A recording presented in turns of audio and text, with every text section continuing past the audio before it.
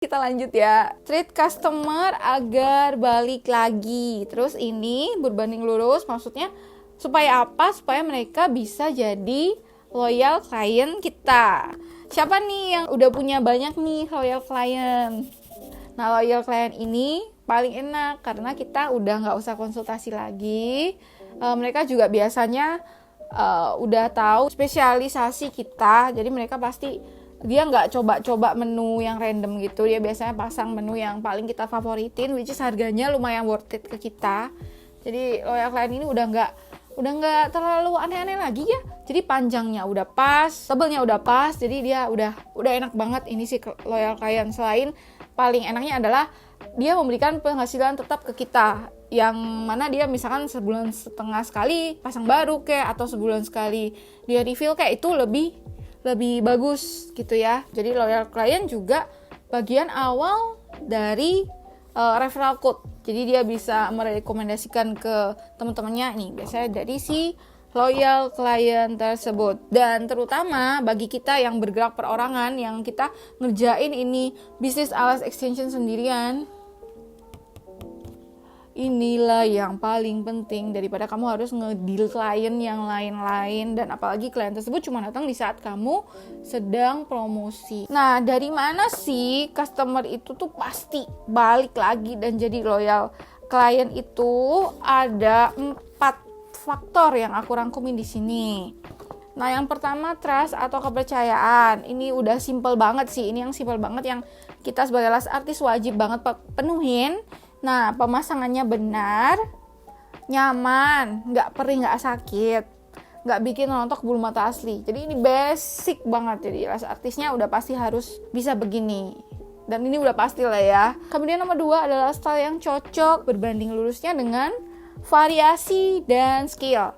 Yaitu adalah variasi bulu atau variasi menu yang bisa kita offer, dan juga skill kita untuk mencocokkan dengan mata klien.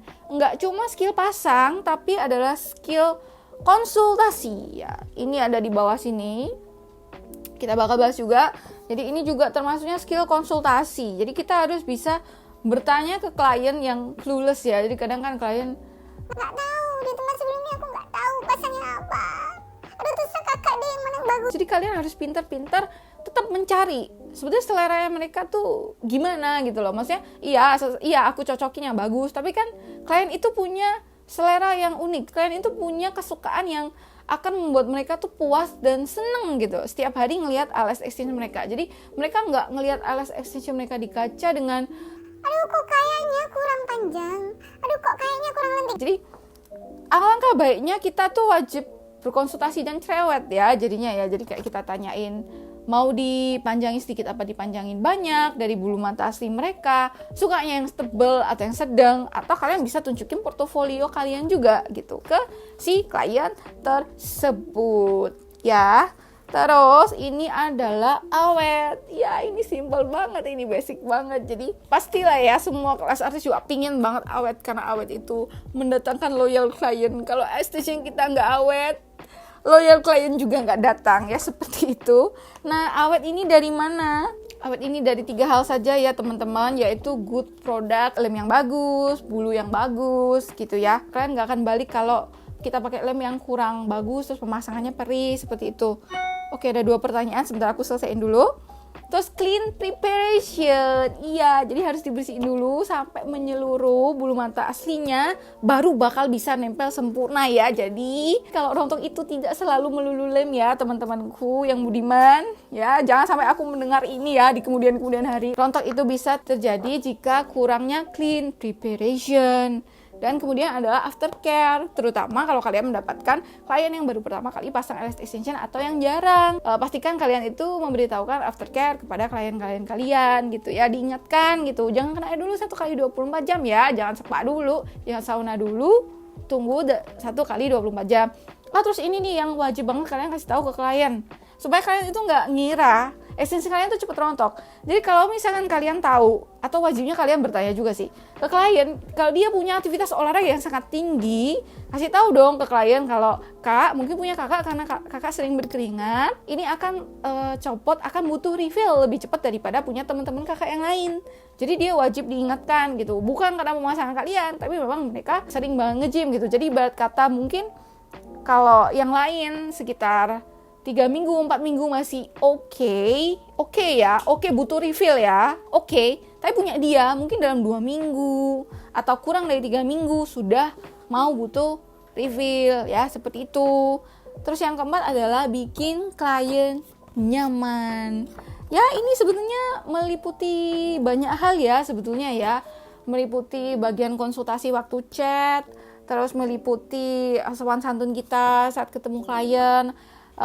Kalau misalkan kadang kita kan mungkin ada ya yang extrovert banget ya, yang kayak ngerasa awkward kalau kita nggak bertanya ke orang gitu. Kalau tidak terjadi pembicaraan itu maka kita akan merasa awkward. Tapi ini harus dikesampingkan dulu, karena ketika treatment ALS extension itu berlangsung, ada yang mau tidur, ada yang mau istirahat, tapi ada juga yang mau sambil bertanya. Jadi kayak kita pintar-pintar bagi waktu aja. Jadi bikin klien nyaman itu termasuk hal-hal seperti itunya, termasuk ke perhatiannya kita ke klien, yaitu seperti ini AC-nya kedinginan nggak buat dia, atau dia kepanasan nggak, atau kalian perhatikan barang bawaan mereka, kalian bantu supaya deket dengan mereka. Kadang kan mereka kan tiba-tiba tas taruh di sini kan. Jadi kita perhatiin, ya tasnya taruh di sini aja yang deket kamu gitu, biar dia merasa nyaman bersama kamu ya, seputar itu sih ya. Kalau ketemu klien mandi dulu, terus kalau misalkan kalian lagi habis makan nasi padang, kalian cuci tangan dulu ya pakai air hangat supaya nanti mata klien tidak bau cabai hijau ya, nyaman kayak gitulah. Oke, Kaval, aku punya loyal customer yang suka minta misalnya home care, tapi suka minta waktunya nggak kira-kira. Ini semua orang kayaknya begini deh. Kadang-kadang malam minta subuh gitu. Aku ya pernah. Gimana cara nyoraknya biar dia tetap mau ke kita, sedangkan dia punya waktunya yang dia tentuin. Kayak mungkin bahasanya gitu ya. Ya kalau aku biasanya bilangnya gini, untuk jam segini kita nggak bisa. Kamu bisa berikan alasan kayak hari ini udah, misalkan dia minta subuh jam 1 gitu ya, let's say. Sorry kak, hari ini itu kita udah misalkan 3 klien udah maksimum gitu. Jadi kayak kalau misalkan kakak mau, terus kamu sebutin, kakak prefer nggak kalau misalkan besok, misalkan jam 7 gitu, masih sama-sama pagi kan, misalkan, atau jam 9 gitu. Karena nggak bisa kalian turutin terus-menerus. Jadi istilah kata diajak ngomong aja sih yang halus-halus gitu. Toh dia loyal customer, sebetulnya kan udah sering kan berinteraksi sama kamu. Jadi kurang lebih kayaknya kita agak nalar sih gimana cara nolaknya. Jadi nggak apa-apa untuk say nggak bisa gitu ya, dan kasih aja gitu alasan yang jelas. Jadi misalkan, kak hari ini aku udah 3 orang nih, kayaknya aku nggak mungkin kalau ngerjain subuh lagi, gimana kalau besok nih supaya hasilnya juga maksimal. Terus kayak kamu bisa dilanjut nih dengan perhatiin dia. Jadi kayak biasanya orang, kamu pasti takut dia baper gitu ya, kamu perhatiin dia, kakak kalau boleh tahu kakak kenapa urgent gitu, sorry ya yang kali ini nggak bisa. Toh sebelumnya kamu udah berusaha memenuhi jam waktu dia, say sorry aja nggak apa, maaf ya kali ini aku nggak bisa. Jadi kayak dia ngerasa kayak iya sebelumnya dia bisa, bukan. Jadi tunjukkan ke mereka kalau bukan berarti kamu nggak mau, kayak gitu sih. Jadi kayak pinter-pinternya kita bermanis-manis ya pada customer gitu ya kan kasihan juga kamunya, pengen tidur, pengen apa, apalagi kalau memang seharian udah beraktivitas dan nggak mungkin buat pasang subuh gimana. Oke, aku jawab pertanyaannya Anda ya. Kak Ava, aku silinder tapi mau usaha ALS extension, ribet gak ya ngerjainnya saya pakai kaca.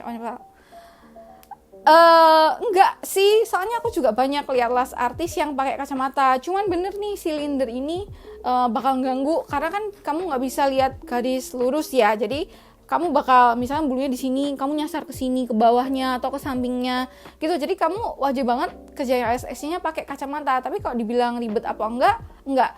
Sekarang kalau misalkan kamu pengen tahu ini ribet apa enggak, coba kamu balik lagi, kamu tanyain ke dirimu. Kamu sehari-hari pakai kacamata, misalnya yang buat baca, kamu sering lepas nggak gitu? Mungkin itu kali maksudnya ya. Jadi kalau kamu aktivitas sehari-hari, misalkan kayak olahraga ringan atau berkeliaran di rumah, membaca, cuci baju, cuci piring, ngapain, kamu nyaman dan oke pakai kacamata, alas extension juga harusnya nyaman sih, karena posisi alas extension itu juga lurus begini sih, begini ya, jadi nggak begini gitu, nggak ya, itu salah, itu nggak boleh. Jadi balik lagi ke sisnya sih, coba dikira-kira deh, kalau tipe orangnya sis itu suka lepas kacamata, aduh dikit-dikit capek, taruh mungkin akan kesusahan. Kalau misalkan nggak suka pakai kacamata atau ngerasa kliennya nanti kurang trusted, bisa pakai softland gitu. Jadi pas pasang pakai softland, nanti kalau udahan dilepas gitu. Bisa dicoba-coba sih ya. Aku bahas cepet deh konsultasi ya. Konsultasi itu berbanding lurusnya sama informasi. Jadi bagaimana cara kita las artis untuk mencari informasi dari klien sebanyak-banyaknya, tipe alas extension apa yang mereka mau pasang ya, kayak gitu. Jadi yang pertama adalah wajib tanya kesukaan klien ya. Setiap orang punya preferensi masing-masing. Tingkat ketebalannya alas extension juga bisa diatur. Terus kalian juga wajib cek kondisi bulu mata asli dan bicarakan ya. Terutama kalau misalkan ini berpengaruh banget kalau pasangnya tuh volumeless atau singleless di bulu mata yang jarang. Jadi misalkan kalian itu pasang klien yang minta singleless tapi bulu matanya jarang, kalian konsultasiin gitu loh. Kalian kasih tahu, Kak ini bulu matanya jarang, nanti akan bergap-gap sedikit, atau apakah kakak mau 2D, atau apakah kakak mau diganti volume aja. Jadi kasih tahu mereka yang bagus untuk mereka tuh seperti apa ya. Jangan iya aja ya, oke, terus kayak begitu melek terus Kak ini kok jarang-jarang, aduh jadinya karena 1 menit tidak mau berkonsultasi dan komunikasi, jadinya malah rimu pasang baru seperti itu ya. Cuman ini biasanya sih mistake-nya yang very very beginning. Cuman ini juga aku mau reminder ya, jangan sampai kayak gini. Nah terus ini nih, ini adalah kunci. Ini adalah yang suka aku lakuin, yang menurutku klien jadi merasa diperhatiin, merasa nyaman dengan satu act of service dari kita sebagai las artis, yaitu after treatment. Tanyakan apakah sudah oke atau belum nih alas extensionnya after dipasang gitu. Udah sesuai belum sama ekspektasi si klien. Terus kalian juga wajib bantu ngecek ya, apakah ada yang bergap. Jadi ini kayak kalian perhatiin mereka, kalian perhatiin klien kalian. Kalau ada yang bergap, misalnya 1, 2, ya ajak tiduran lagi, kita isi lagi supaya bagus. Jadi ini ya kita berkorban waktu ya, kita ya sebetulnya kayak kadang-kadang mungkin las extension, las artis di tempat lain malas ngelakuin ini ya, karena berkorban waktu. Tapi ini penting banget loh, jadi mereka bisa ngerasa diperhatiin, dan mereka sepanjang hari atau setelah pulang dari tempat kalian, mereka tetap suka nih sama alas extension yang bikin di kalian gitu. Mereka akan ngaca dengan, oh cantik, bukan kok bolong gitu ya. Daripada balik lagi juga hayo loh, males kan. Nah terus ini, informasikan pada klien kalau next refill itu bisa lebih panjang atau bisa lebih tebal gitu ya. Jadi bisa menyesuaikan dengan kebutuhan klien tersebut. Jadi misalkan klien tersebut itu next mau jalan-jalan atau mau gimana, informasiin, Kak ini kalau segini tuh kurang tebal atau kurang panjang, next time bisa loh. Jadi orang juga ngerasa secure gitu, enak. Oh iya ya, besok sama kakak itu lagi aja berarti aku ya. Ntar dia dipanjangin sedikit, dia udah tahu aku biasa pasang atau suka yang kayak apa. Jadi seperti itu ya. Jadi semuanya tuh menyambung menjadi satu. Jadi istilah kata, mau kalian yang banyak temennya kayak atau yang nggak ada temennya kayak, tetap bisa banget ngejalanin bisnis ini. Begitulah kira-kira mekanisme atau cara bekerjanya. Ini akan kita tutup. Buat teman-teman yang masih punya pertanyaan, boleh ya dikirimkan di bawah.